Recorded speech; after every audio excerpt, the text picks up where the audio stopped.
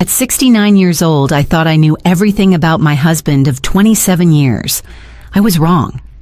The private investigator I hired for peace of mind sat across from me at my kitchen table in Asheville, North Carolina, sliding a manila folder toward me with trembling hands. Inside was a marriage license, dated 1998, my husband's signature, another woman's name. He looked at me and said words I'll never forget. "Ma'am, you just became very rich." Because what I was about to discover wasn't just betrayal, it was bigamy. And in our state, that meant everything he owned, everything we built together, and everything he was hiding with her. It was all mine now. My name is Carolyn Mitchell, and this is the story of how one moment of intuition saved me from spending my final years living a lie. Before I continue, I need to know I'm not alone in this. If you're watching this, please take a moment and comment below. Where are you watching from? What state? What country? Because what happened to me could happen to anyone, anywhere. And I need you to know, you're not crazy for trusting your gut. Let me take you back to where this all started. It was March 2024. Spring was just beginning to show itself in the Blue Ridge Mountains, and I was sitting in my sunroom drinking coffee when I realized something that made my blood run cold. I couldn't remember the last time my husband Thomas had looked me in the eye when he said, "I love you." 50 years of life experience teaches you things. It teaches you that when a man who used to come home at 5:30 p.m. suddenly has client dinners 3 nights a week, something's wrong. When a man who never cared about his phone suddenly sleeps with it under his pillow, something's wrong. When a man who spent 27 years being predictable suddenly becomes mysterious, something is very, very wrong. My daughter Jennifer thought I was being paranoid. "Mom, Dad's just stressed about retirement planning," she said when I called her. "You're about to turn 70. Maybe you're just overthinking things." But here's what 69 years on this earth teaches you. Women aren't paranoid. We're perceptive. There's a difference. Thomas was a commercial real estate developer. Successful. Charming.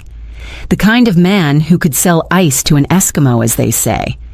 We lived in a beautiful home in the mountains, took 2 vacations a year, and from the outside, we were the picture of a comfortable retirement age couple. But something was eating at me. Little things that added up.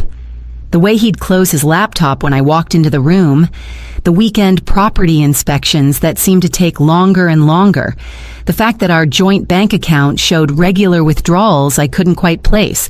I'm not a suspicious person by nature, but I'm also not a fool. So on a Tuesday morning in late March, I did something I never thought I'd do. I opened the yellow pages. Yes, I still use the phone book, and I looked up private investigators.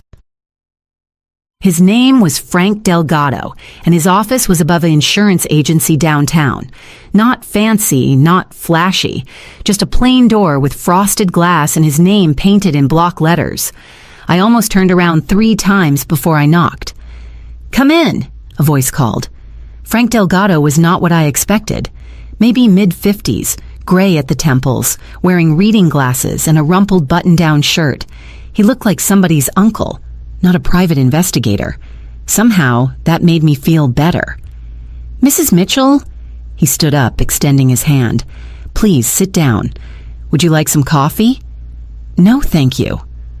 My voice sounded steadier than I felt. I'm not even sure I should be here." "Most people feel that way," he said gently, sitting back down. "Why don't you tell me what brought you in today?" So I did. I told him about the late nights, the secretive phone calls, the way Thomas had become a stranger in our own home. I told him about the unexplained expenses and the gut feeling that had been growing in my stomach for months. Frank listened without interrupting, taking notes on a yellow legal pad. "How long have you been married?" he asked. 27 years. Second marriage for both of us." "Children together?" "No. I have a daughter from my first marriage, Jennifer. She's 42. Thomas has a son from his first marriage, David, but they're not close. Estranged, really." Frank nodded. And you said your husband is in commercial real estate? Yes, Mitchell Development Group. He's done very well over the years. Properties in the area? Several. Mostly in Asheville and surrounding counties. Some residential rentals, some commercial spaces. Frank leaned back in his chair, studying me over his reading glasses. Mrs. Mitchell, Carolyn, I'm going to be straight with you. About 70% of the time when someone comes in here with the concerns you're describing, their instincts are correct. The question is, are you prepared for what we might find? My hands were shaking. I clasped them together in my lap. I need to know the truth. Even if the truth is painful? I'm 69 years old, Mr. Delgado. I don't have time for pretty lies anymore. Something in his expression softened. All right, here's how this works. I'll conduct surveillance, run background checks, financial record searches. All legal, all above board. My retainer is $3,000 and that covers approximately 30 hours of work. If this goes beyond that, we'll discuss additional fees. I'll provide you with regular updates, and everything I find will be documented with photos, timestamps, everything you'd need if this ends up in court. Does that sound acceptable? $3,000. It was a lot of money. But so was 27 years of my life. When can you start? I can start tomorrow. But Carolyn, before you write that check, are you absolutely sure you want to know? Because once we open this door, there's no closing it again. I took out my checkbook. My hand was steady now. I'm sure. I didn't know it then, but that moment, that decision, was going to change everything. Frank called me 4 days later. Carolyn, we need to meet, not over the phone. My heart dropped. You found something. I found something. Can you come to my office this afternoon? I was there within the hour. Frank had photographs spread across his desk, time-stamped, dated, printed on glossy paper. My husband's car. My husband walking into restaurants. My husband with a woman. She was younger than me. Maybe late 50s, blonde, attractive. In one photo, they were holding hands across a table at a restaurant I'd never been to. In another, they were getting into his car together outside what looked like a hotel. Her name is Patricia Chambers, Frank said quietly. She lives in Hendersonville, about 30 minutes from here. She's a real estate agent, works independently, but from what I can tell, your husband has referred several clients to her over the years. I couldn't breathe. The room felt too small. How long? I managed to ask. I don't know yet, but Carolyn... Frank hesitated. There's more. I ran a background check on Ms. Chambers, and I found something that doesn't add up. According to public records, she goes by Patricia Chambers professionally, but her legal name is Patricia Mitchell. The room tilted. Mitchell? Same last name as your husband. Now, it could be a coincidence. Mitchell is a common name, or it could be from a previous marriage. But given what I'm seeing in these photos, I thought you should know. I stared at the photographs, at the woman who shared my husband's last name, at the way Thomas smiled at her, the way he used to smile at me 27 years ago. I want you to dig deeper, I said. I want to know everything. Where she lives, where she works, how long they've known each other, everything. Carolyn, are you sure? This is going to cost... I don't care what it costs. I need to know who my husband really is. Frank nodded slowly. All right, give me a week. I drove home in a daze. Thomas was sitting in the living room watching television when I walked in. Hey, honey, he said, barely looking up. Where have you been? Just running errands. The lie came easily. Too easily. I've got a property showing in Greenville tomorrow. Probably won't be home until late. Of course, I said. Greenville was in the opposite direction from Hendersonville. I went upstairs to our bedroom where we'd slept side by side for 27 years, and I stood in the closet looking at his clothes, his shoes, his ties. Everything looked the same. But now I was seeing it all through different eyes. Who was this man I'd married? What else had he been hiding? I didn't sleep that night. I lay beside Thomas in the dark, listening to him breathe, wondering if the woman in those photographs had ever done the same thing, wondering how much of my life had been a lie.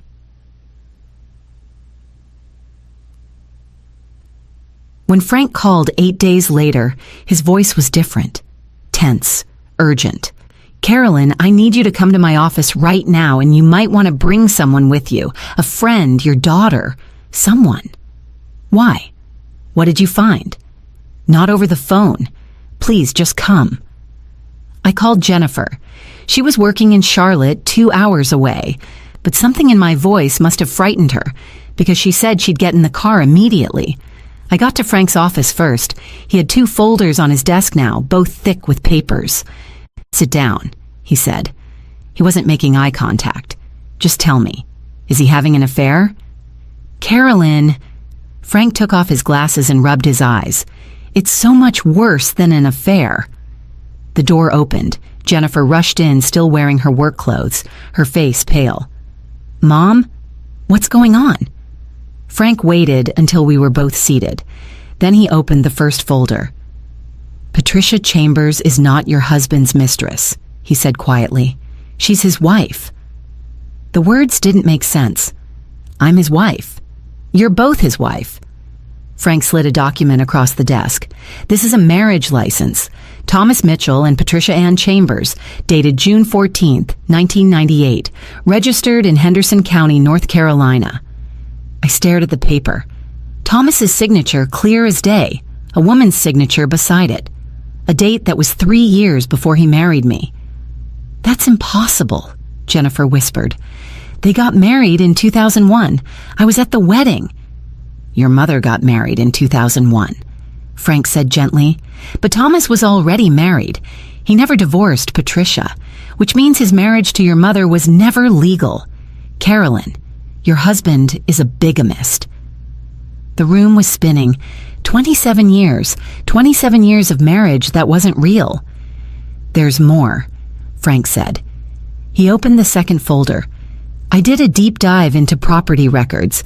Thomas doesn't just have properties here in Asheville. He has properties registered under Patricia's name in Hendersonville. A house, a very nice house, worth approximately $1.2 million. He laid out more documents. Deeds, tax records, photographs. Patricia Mitchell lives in that house full-time, has since 1998. Your husband splits his time between both homes. When he tells you he's at property showings or client meetings, he's with her. They have a life together, Carolyn. A complete life. Neighbors think they're a normal married couple." Jennifer was crying. I felt numb. "How is this possible?" I asked. "How could no one know?" "Henderson County and Buncombe County have separate recording systems," Frank explained. "Unless someone specifically searched both counties, it wouldn't show up. And why would anyone look? He's been careful, very careful. He maintains separate finances for each household, uses his business accounts to muddy the paper trail. If you hadn't hired me, you probably never would have known." I looked at my daughter, at Frank, at the documents spread across the desk, proving that my entire adult life had been built on a lie. "What do I do?" I whispered. Frank's expression was grim. "First thing Monday morning, we call a lawyer." I didn't go home that night. I couldn't. Jennifer drove us to a hotel, and we sat up until 3 in the morning trying to process what we'd learned. "Mom, this is insane," Jennifer kept saying. "This is completely insane. How did he manage this for 27 years? I thought about all the late nights, the business trips, the weekends he spent managing properties. I'd trusted him completely, never questioned him. Why would I? "What about his son?" Jennifer asked suddenly. "David, does he know?" "I don't know. They've been estranged for years. Thomas always said it was because David couldn't accept our marriage after his mother died." "When did Thomas's first wife die?" We looked at each other. I'd never questioned it. "Thomas told me she died of cancer in 1997, before we met. We'd met in 2000 at a charity fundraiser, started dating in 2001, got married that same year. But if he married Patricia in 1998, Mom, Jennifer said slowly, what if his first wife didn't die? What if Patricia is his first wife? The room went cold. Sunday was a blur. I couldn't eat, couldn't sleep. Every time I closed my eyes, I saw that marriage license. I saw the photos of Thomas and Patricia walking hand in hand. I thought about every anniversary we'd celebrated, every I love you, every promise he'd made. All of it was a lie. Monday morning, Frank introduced me to his attorney friend, Elizabeth Warren. No relation to the senator, she joked, trying to lighten the mood. It didn't work. Mrs. Mitchell, Elizabeth said, what your husband has done is not just morally wrong. It's a felony. Bigamy is a Class 1 felony in North Carolina. He could face jail time. I don't care about jail time, I said. My voice sounded flat, emotionless. I care about my life. I care about the house we live in, the money in our accounts, the 27 years I gave him. Elizabeth nodded. Here's the good news, if we can call it that. Because your marriage was never legal. Because he was already married. You're entitled to compensation. North Carolina law allows for alienation of affection and criminal conversation claims. Plus, there's fraud, possibly embezzlement if he used joint funds for his other household. And then there's the big one. She leaned forward. In cases of bigamy, the defrauded spouse has legal grounds to claim all marital assets. Not half, all. Every property, every bank account, every asset he acquired during the course of the bigamous marriage can be considered proceeds of fraud. What does that mean in real terms? Jennifer asked. It means everything he owns with your mother. The house in Asheville, the joint, accounts, the business assets registered jointly. It's all hers. But more than that, everything he owns with Patricia might also be claimable because that marriage was being maintained through fraudulent means. The house in Hendersonville, the properties in Patricia's name, if we can prove he used joint funds or committed fraud to maintain that household, your mother could make a claim on those assets too. I felt something stirring inside me, not hope exactly, something colder, harder. How do we prove it? Elizabeth smiled. It wasn't a friendly smile. We confront him and we record everything. The plan was simple but terrifying. I would go home Tuesday evening, act completely normal, and then Wednesday morning after Thomas left for work, Frank would follow him. Elizabeth would be with me, and we'd review every document I could access. Bank statements, property deeds, business records, everything. Tuesday evening was the hardest thing I've ever done. I made dinner. We ate together. Thomas told me about his day. I smiled and nodded and felt like I was in a play, reading lines that someone else had written. You seem quiet, he said. Everything okay? Just tired, I lied. I think I might be coming down with something. Well, don't push yourself, he said, patting my hand. The touch made my skin crawl. I've got an early meeting in Greenville tomorrow anyway. Property showing for a potential buyer. Big commercial deal. Greenville. He wasn't going to Greenville. He was going to Hendersonville. To Patricia. To his real wife. I excused myself and went to bed early. Lay in the dark listening to him move around downstairs. Heard him on the phone. Voice low. Was he talking to her? Planning his day with his other family? Wednesday morning, Thomas left at 7:00 a.m. sharp. By 7:30, Elizabeth was at my door. Show me everything, she said. We started in Thomas's office. His filing cabinets were locked, but I knew where he kept the key. Behind a picture frame of all places. Inside were years of documents. Property holdings, business contracts, financial statements. Elizabeth photographed everything with her phone. Look at this, she said, pointing to a property deed. This commercial building downtown, purchased in 2003, but the down payment came from an account in Patricia's name. She pulled out more documents. This shopping center in Black Mountain, purchased jointly by Thomas and Patricia in 2005. But look at these renovation receipts, paid from your joint checking account with Thomas. What does that mean? It means he was using your money to improve properties he owned with her. That's fraud, Carolyn. Clear-cut fraud. We spent 4 hours going through documents. The picture that emerged was staggering. Thomas had built an empire on deception. He'd use money from one household to fund the other. He'd put properties in Patricia's name, but pay for them with funds from our joint accounts. He'd declared business expenses that were actually personal purchases for his other home. The house in Hendersonville, Elizabeth said, reading from a tax document, purchased in 1998 for $350,000, now worth $1.2 million. But look at these records. Major renovations in 2008, 2014, and 2019. Guess where the money came from? She showed me bank statements, withdrawals from our home equity line of credit, transfers from our investment accounts, hundreds of thousands of dollars over the years. He used your money to build a palace for his other wife, Elizabeth said quietly, and you never knew. My hands were shaking. How much are we talking about? Total? Elizabeth did some quick calculations on her legal pad. Conservative estimate? Between the properties, the business assets, the improvements he funded with your money, we're looking at somewhere between $8 and $12 million. My God. Carolyn, Elizabeth said, meeting my eyes. When I said you just became very rich, I meant it. Thomas Mitchell is about to lose everything. We set the confrontation for Friday evening. Elizabeth wanted everything documented, everything recorded. North Carolina is a one-party consent state, meaning I could record conversations without Thomas's knowledge.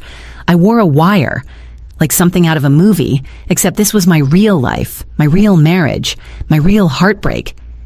Thomas came home at 6 p.m. whistling, actually whistling. He kissed my cheek like he'd done 1,000 times before. Good day? I asked, my voice steady, calm. Great day. Close the Greenville deal. That property is going to make us a fortune, honey. Us. He said us. Like we were a team. Like he hadn't been lying to me for 27 years. Thomas, can we talk? In the living room? Something in my tone made him pause. Sure. Is everything all right? We sat down. I had the manila folder in my lap, the one Frank had given me. Inside were copies of everything. The marriage license, the property deeds, the photographs. I need to ask you something, I said, and I need you to tell me the truth. Of course. What's wrong? Who is Patricia Mitchell? I watched the color drain from his face, watched him try to recover, to put on the mask he'd been wearing for decades. Patricia. Honey, I've worked with dozens of agents named Patricia over the years. Which one are you? Patricia Mitchell, your wife. Silence. The kind of silence that's so complete you can hear your own heartbeat. I don't know what you're talking about. I opened the folder, slid the marriage license across the coffee table. His face went white, then gray. He looked like he might be sick. Where did you get that? Answer the question. Is Patricia Chambers your wife? Carolyn, let me explain. Yes or no, is Patricia Mitchell, Patricia Chambers, your wife? Before I tell you what happened next, I need to ask something. If this story is keeping, you on the edge of your seat, if you need to know how this ends, please take 1 second and click that subscribe button below, because what my husband said next changed everything, and I want to make sure you're here for the whole truth. Thomas stood up, paced to the window, his back to me. Yes, he finally said. Yes, she's my wife. 27 years. 27 years, and he'd just admitted it like he was confessing to forgetting to take out the trash. How long? Since 1998. Before me. Before you. I felt strangely calm. Maybe I was in shock. Maybe I'd already cried all the tears I had. Did you ever love me? I asked. Was any of it real? He turned around then, and I saw something I'd never seen before in his eyes. Panic. Carolyn, it's complicated. Yes, I love you, both of you. You have to understand, when Patricia and I got married, we were young. It wasn't working. But her father had invested in my business, and if I divorced her, he was going to pull his funding. I would have lost everything. So you committed bigamy instead. I was going to fix it. I was going to divorce her eventually, but then the business took off and things got complicated and you just decided to keep both wives? My voice was rising now. 27 years, Thomas. 27 years you let me believe I was your wife. I wore your ring. I took your name. I built a life with you. You are my wife. No. I stood up. I'm not. I never was. Our marriage was never legal. Every anniversary we celebrated was a lie. Every time you said, I love you, a lie. Carolyn, please. Where is she now? Patricia? Does she know about me? The look on his face was answer enough. She knows, I said slowly. She's always known, hasn't she? It's not like that. What is it like, Thomas? Explain it to me. Explain how you've been living two completely separate lives for 27 years. Where were you really going when you said you had business trips? When you had those late-night client meetings? He sank back onto the couch, his head in his hands. Sometimes I was with Patricia. Sometimes I really was working. Carolyn, you have to believe me. I never meant to hurt you. But you did. Every single day for 27 years, you hurt me. You stole my life.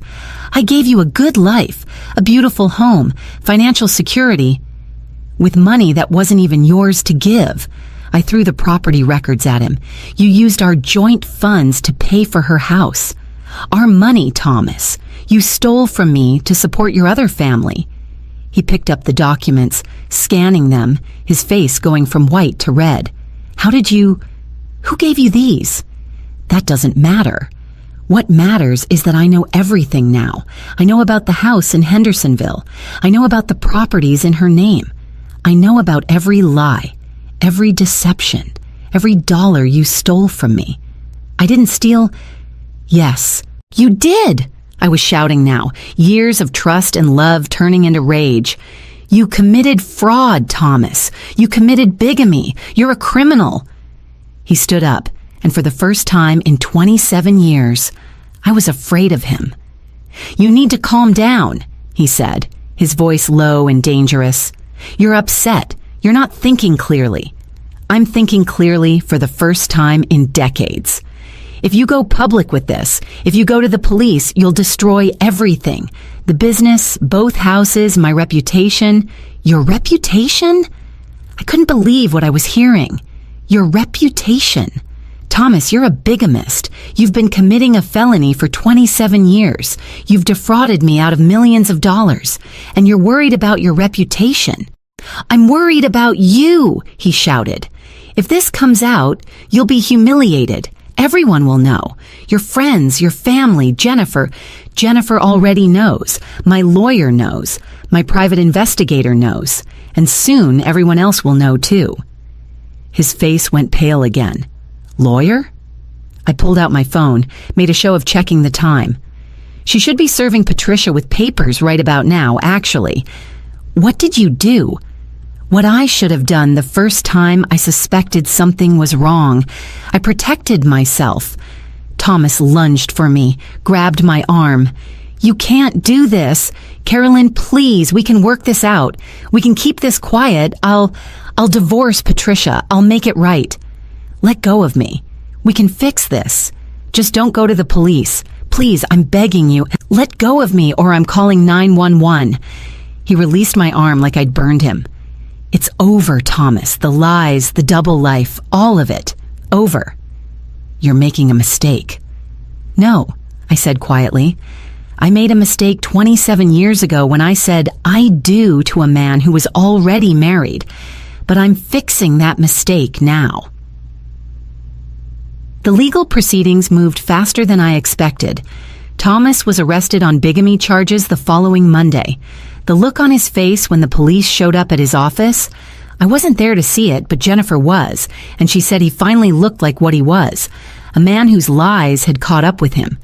Patricia tried to contact me, called my phone 14 times in one day, left voicemails crying, saying she didn't know, that Thomas had told her I knew about her, that we had some kind of arrangement. Elizabeth told me not to engage. Everything would be handled through lawyers now. The discovery process was brutal. Every document, every bank statement, every lie laid out in black and white.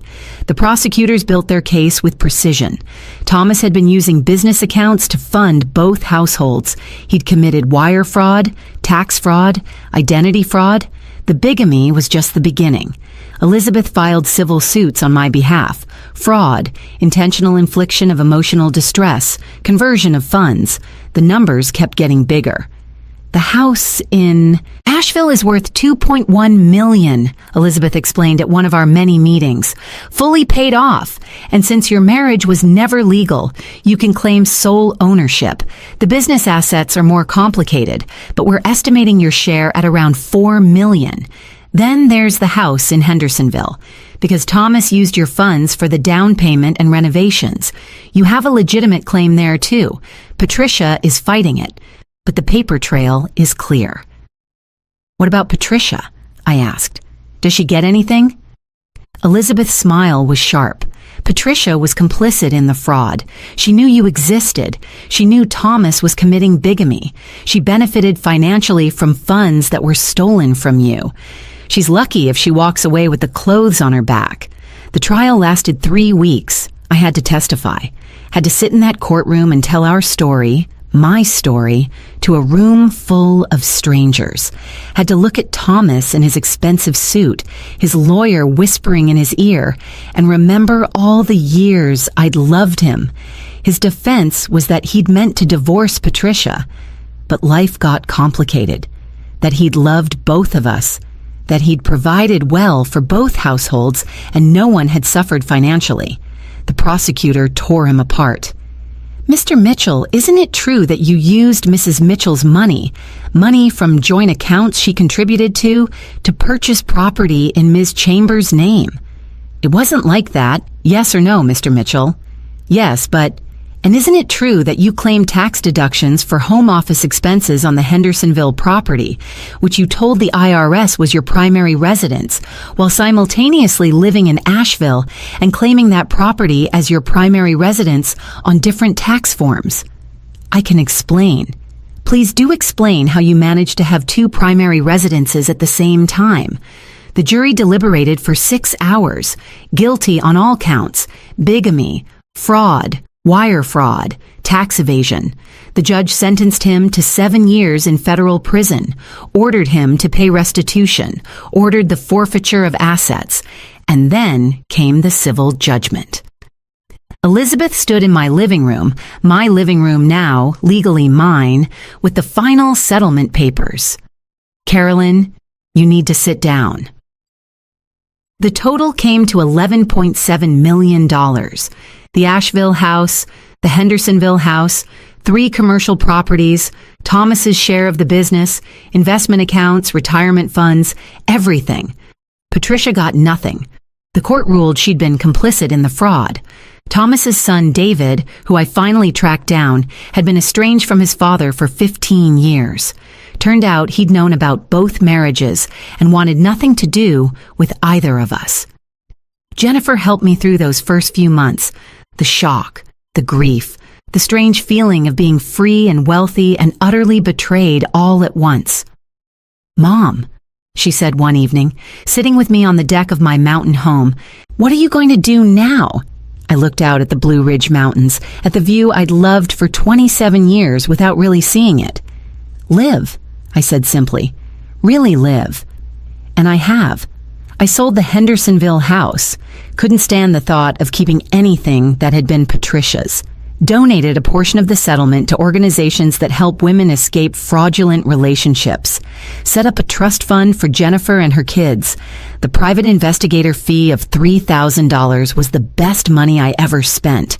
Frank Delgado saved my life in more ways than one. He showed me that trusting my instincts wasn't paranoia. It was survival. Thomas is in federal prison. Minimum security, but still prison. He'll be eligible for parole in 5 years. He's written me letters. I've burned every single one without reading them. Patricia moved to Florida, last I heard. The court ruled our marriage null and void from the beginning, which meant she was technically still married to him when he went to prison. She filed for divorce 6 months after his sentencing. Can't say I blame her.